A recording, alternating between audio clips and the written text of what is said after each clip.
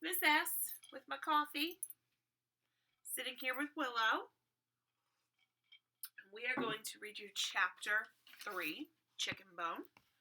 Willow, good morning. Say good morning. Good morning. Yes. All right, Ori's still asleep because Ori's a baby, right? Yes. So we're going to read you chapter 3 this morning sounds like Ori's up. Before we get into the school day and I start posting to your parents all the work you need to do, I thought I'd come out here nice and early. It is 5:30 in the morning and I'm reading a book. Okay, Chicken Bone. As I step over Mrs. Gobblecracker's body on my way to breakfast, I start to worry. 100 years sounds like a very long time. 100 years. But what if 100 years goes by really fast? I decide to wear my cow costume as a disguise just in case Mrs. Gobblecracker wakes up. Just to be safe. Aren't you hot in that? Asks Luke. No. Yes. I don't want Mrs. Gobblecracker to recognize me. Sitting at the breakfast table. Right there. Stop talking about Mrs. Gobblecracker, screams Violet. Stop talking about Mrs. Gobblecracker. I copy her. Stop copying me. Stop copying me.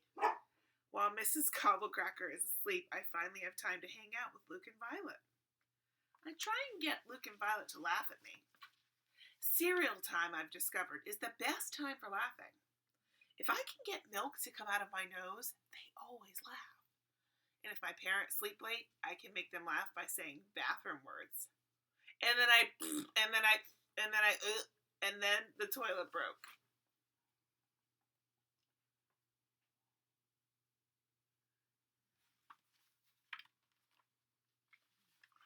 But after cereal time, I have to work much harder to get their attention. If you want, you can milk me, I offer Violet. Ew, says Violet. Okay, I milk myself and fill up a glass for you, I offer. Get away from me, screams Violet. She's trying really hard. I follow Luke and Violet around the house and think of ways to impress them. Mary follows me. Can I draw a mustache on Mrs. Gobblecracker while she's asleep? Asks Mary. No, that's way too risky, I tell her. But she's snoring really loud, says Mary. I'm busy, I say, waving her away. Now remember, Mary is her little imaginary monster friend. Ori wants to come in here pretty bad. Hey guys, do you want to see a magic trick? See this stick in this hand, I say? Then I put my hands behind my back. Now it's in this hand. That's the worst trick I've ever seen, says Luke. Like they're doing something on the counter. Let's see what you guys think. She says, I'm going to pull it out. Ready? 1, 2. What does that look like? Right there. What does that look like they're doing? Right here. Let me know. Have your parents let you comment on Dojo. What are they doing in that picture? They didn't even want to see me eat a napkin. Hey guys, do you know that I can sing without opening my mouth? I'm dead serious. Listen. Can you please hum somewhere else, says Luke. I'm not humming, I'm singing. Wait a minute. Is that sweat? Says Violet, looking up. Are you covered in sweat? She asks. Take that thing off. No, I say, folding my arms. I will not. Why do you always have to act like such a baby? Asks Violet. Then my mom says, Rascal, it's 100 degrees. Take that costume off right this second.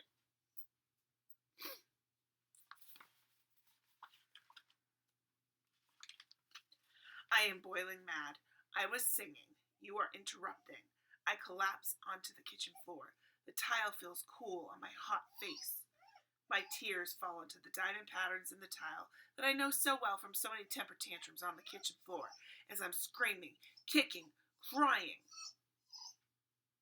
I unbutton my cow costume and strip down to my underwear because it's way too hot to have this temper tantrum in a cow costume, not because they told me to.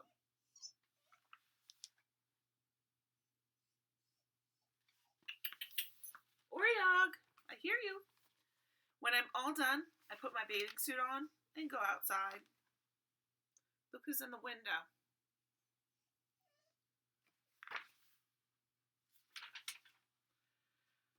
I find Mary asleep under a tree. Are you real sleeping or fake sleeping? I ask her. Real sleeping, she says without opening her eyes. Now even Mary doesn't want to play. I lie in the hammock all by myself and think maybe Luke and Violet are right. Maybe I am a baby. I think of all the babyish things I do. I still smell my bunny and suck my fingers to fall asleep. I still put my clothes on inside out. I still can't whistle. I still overflow everything I pour. I still want to wear my nightgown all day. When I look up at the trees through my tears, I see someone up there looking down. Who are you? I ask, rubbing my eyes. I'm your fairy godmother, says a little man, crawling down from the tree like a koala. You guys have felt like this, haven't you? You start to doubt yourself and who you are because of the way other people say you are. Always be yourself. Are you sure? I ask. You don't look like a fairy godmother. Well, pretty sure, he says, but he looks kind of confused to me. Well, the important thing is I'm here to help you. My name is Mr. Nuggy. He lives in the woods. Boy, do I need help, I say. Can you turn me into something else? I have too many problems as a human. Sure. How about a pineapple? Okay, I say, shrugging. Why not? He takes out his wand. 1, 2, 3. Ta-da! I look down at my body. I don't feel like a pineapple, I say. Do I look like one? Mr. Nuggy looks at me very carefully, sniffs me, pokes me. No, sorry. It's okay. But then I have an idea. How about a puppy? Can you turn me into a puppy? Definitely, he says, jumping up excitedly. No problem at all. He's lucky that I'm already really good at turning into a puppy. 1, 2, 3. He waves his wand. I drop to my hands and knees. Woof! Woof! Woof! I bark and wag my tail. Mr. Nuggy looks very pleased. I turn into a puppy, just in time.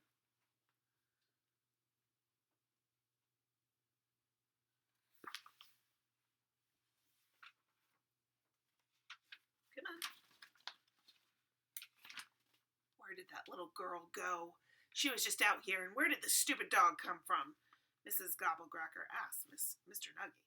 You must be imagining things, says Mr. Nuggy. There's no girl here. I know you're up to something, Nuggy, she says. Your silly little tricks have never worked on me. Watch out, says Mr. Nuggy. This dog bites. I bark my head off at Mrs. Gobblecracker. Somebody get this dog to shut up, says Mrs. Gobblecracker. She has no idea it's me.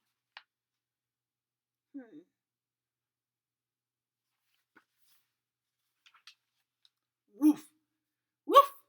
I say, which means my human days are over, and boy do I mean it.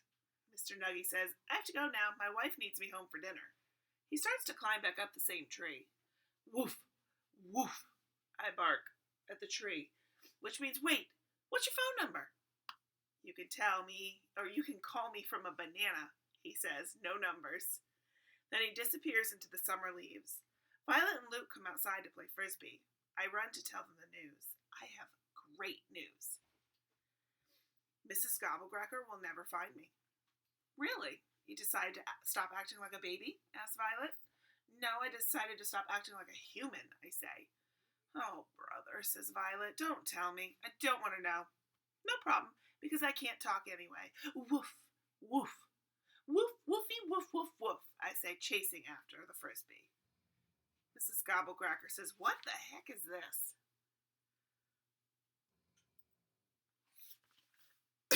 Excuse me.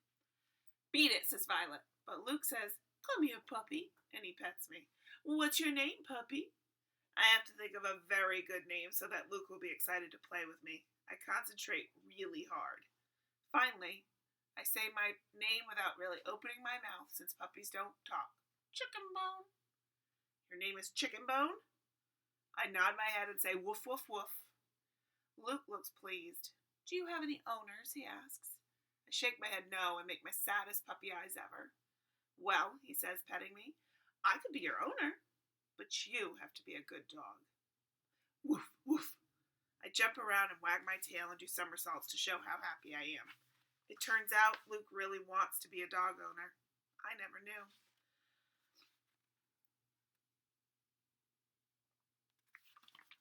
I have long, shaggy white fur with brown spots. I have a pink polka-dotted bow and a wet nose, and I'm very jumpy. And I usually have spit on my face. Luke can't get enough of me. He loves chicken bone.